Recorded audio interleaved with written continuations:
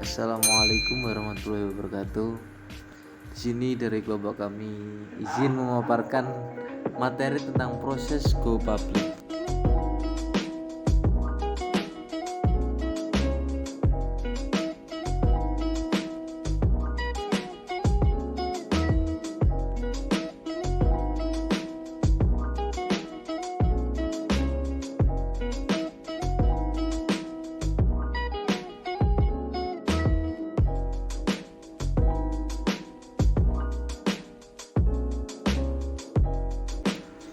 Yang beranggotakan yang pertama Nisbatul Jannah NIM 037, yang kedua ada saya sendiri NIM 042, yang ketiga ada Sally Ella Septiana NIM 043, yang keempat ada Atika Nurfaiza 045, yang kelima ada Purnawayu.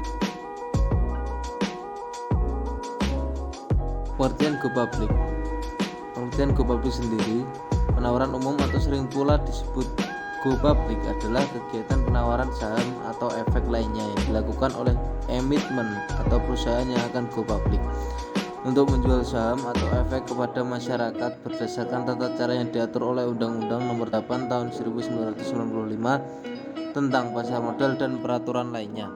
Dalam istilah pasar modal, go public sering disebut dengan IPO, Initial Public Offering, yaitu penawaran pasar perdana kepada masyarakat.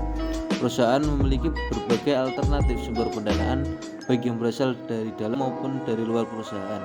Alternatif pendanaan dari dalam perusahaan umumnya dengan menggunakan laba yang ditahan perusahaan, sedangkan alternatif pendanaan dari luar perusahaan dapat berasal dari kreditur berupa hutang, pembiayaan bentuk lain atau dengan penerbitan surat-surat hutang, maupun pendanaan yang bersifat penyertaan dalam bentuk saham atau equity.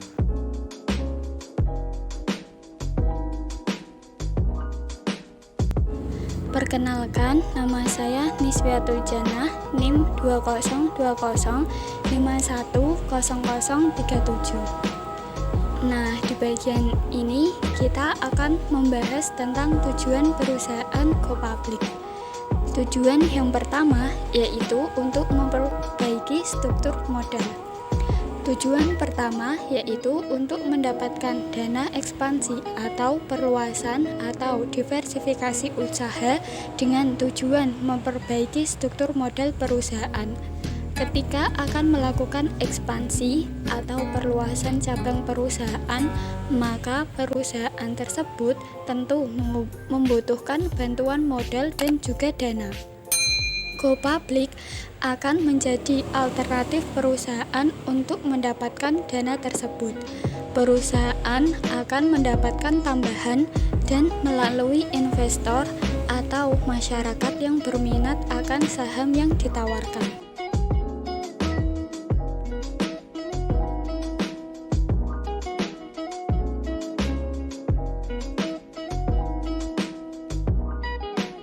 Yang kedua, meningkatkan shareholder value perusahaan. Nilai perusahaan go public akan menaikkan nilai perusahaan.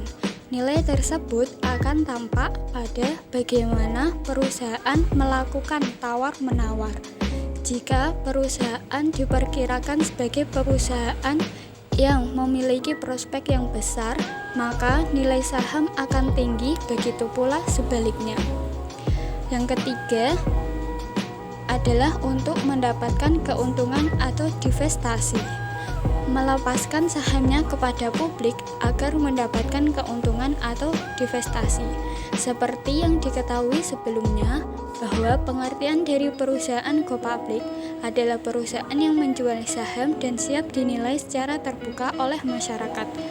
Hal ini tidak hanya bertujuan untuk mencari modal dan keuntungan bagi perusahaan saja, namun pemilik saham lama juga dapat menjual saham yang dimiliki kepada masyarakat dan mentunaikannya.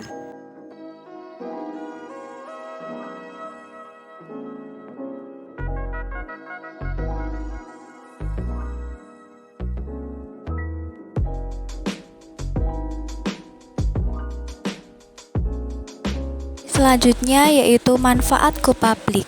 1. Meningkatkan nilai perusahaan atau company value. Setiap peningkatan kinerja operasional dan kinerja keuangan umumnya akan mempunyai dampak terhadap harga saham di bursa, yang pada akhirnya akan meningkatkan nilai perusahaan secara keseluruhan. 2. Meningkatkan image perusahaan. Dengan pencatatan saham perusahaan di Bursa Efek Indonesia, informasi dan berita tentang perusahaan akan sering diliput oleh media, penyedia data, dan analis di perusahaan sekuritas. Publikasi secara cuma-cuma tersebut akan meningkatkan image perusahaan. Yang ketiga, kemampuan untuk mempertahankan kelangsungan usaha. Dengan menjadi perusahaan publik, kemampuan perusahaan untuk menjaga kelangsungan bisnisnya akan lebih baik. Perusahaan dapat memperdagangkan sahamnya di bursa dan mendapat tambahan dana untuk menjaga keberlangsungan bisnis. Yang terakhir, melakukan merger atau akuisisi. Perusahaan go public dapat memperoleh pendanaan merger dan akuisisi dengan mudah dan cepat. Hal ini karena perusahaan hanya perlu menerbitkan saham baru sebagai alat pembayaran.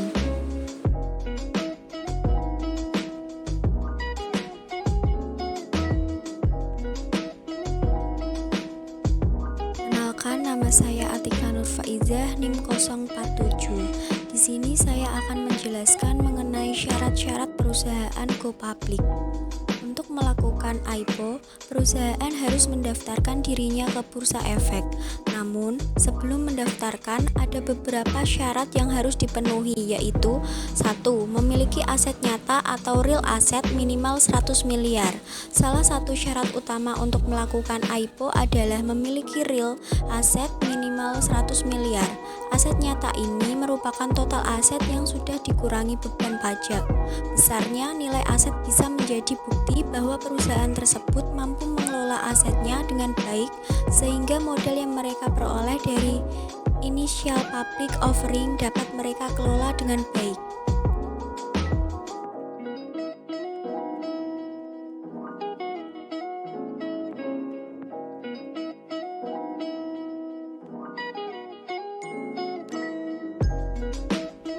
Kemudian yang kedua, memiliki struktur organisasi yang jelas. Para pimpinannya juga memiliki reputasi baik dan kemampuan bisnis yang mumpuni. Investor juga pastinya akan memilih untuk berinvestasi di perusahaan dengan pemimpin kompeten. Yang ketiga, memenuhi syarat akuntansi dan keuangan. Perusahaan yang berencana melakukan IPO harus berjalan minimal 1 tahun dan memiliki perhitungan akuntansi dan keuangan yang terkelola rapi. Selain itu, perusahaan tidak boleh mengalami kerugian selama 2 tahun terakhir. Yang keempat, batas minimal saham IPO yang ditawarkan. Syarat terakhir dari IPO adalah jumlah saham yang akan ditawarkan perusahaan. Jumlah minimalnya adalah 150 juta lembar saham. Selain itu, jumlah minimal pemegang saham adalah 500 orang. Sementara itu, harga per lembar sahamnya harus 100 atau lebih.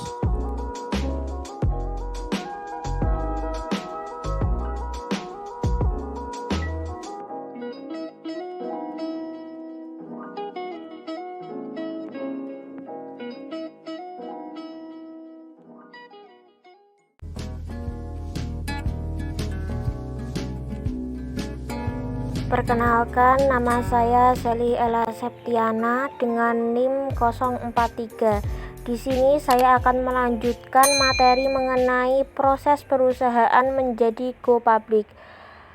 Pusat Informasi Go Public Bursa Efek Indonesia menerangkan adanya 5 tahapan yang harus dilakukan agar suatu perusahaan dapat menjadi perusahaan terbuka atau go public, yaitu sebagai berikut. Yang pertama, penunjukan underwriter dan persiapan dokumen. Pada tahapan awal, perusahaan perlu membentuk tim internal, menunjuk underwriter dan lembaga serta profesi penunjang pasar modal yang akan membantu perusahaan melakukan persiapan go public, meminta persetujuan rapat umum penenang saham atau RUPS dan merubah agar dasar serta mempersiapkan dokumen-dokumen yang diperlukan untuk disampaikan kepada Bursa Efek Indonesia dan OJK. Untuk yang kedua, penyampaian permohonan pencatatan saham ke Bursa Efek Indonesia. Untuk menjadi perusahaan publik dan sahamnya dicatatkan dan diperdagangkan di Bursa Efek Indonesia, perusahaan perlu mengajukan permohonan untuk mencatatkan saham, dilengkapi dengan dokumen-dokumen yang dipersyaratkan, antara lain profil perusahaan, laporan keuangan, opini hukum, proyeksi keuangan, dan lain-lain. Perusahaan juga perlu menyampaikan permohonan pendaftaran saham untuk dititipkan secara kolektif atau scriptless di Kostiden Sentral Efek Indonesia.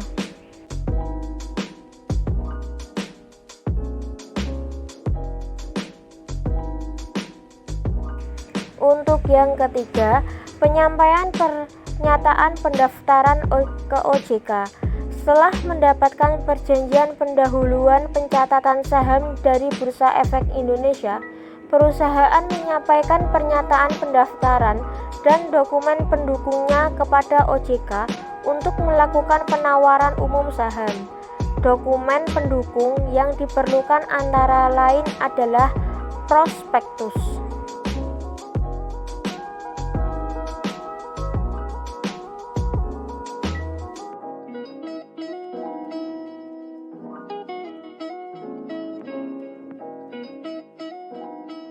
Untuk yang keempat, yaitu penawaran umum saham kepada publik.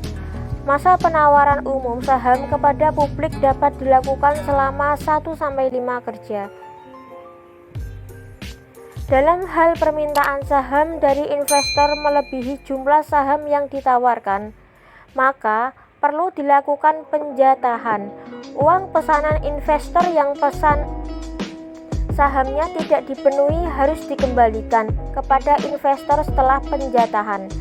Distribusi saham akan dilakukan kepada investor pembeli saham secara elektronik melalui KSII.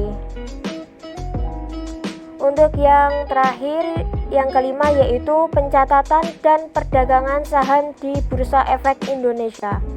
Perusahaan menyampaikan permohonan pencatatan saham kepada bursa disertai dengan bukti surat bahwa pernyataan pendaftaran telah dinyatakan efektif oleh OJK, dokumen prospektus, dan laporan komposisi pemegang saham perusahaan. Bursa Efek Indonesia akan memberikan persetujuan dan pengumuman pencatatan saham perusahaan dan kode saham perusahaan untuk keperluan perdagangan saham di bursa. Kode saham ini akan dikenal investor secara luas dalam melakukan transaksi saham perusahaan di Bursa Efek Indonesia. Setelah saham tercatat di bursa, investor akan memperjualbelikan saham perusahaan kepada investor lain melalui broker atau perusahaan efek yang menjadi anggota bursa terdaftar di Bursa Efek Indonesia.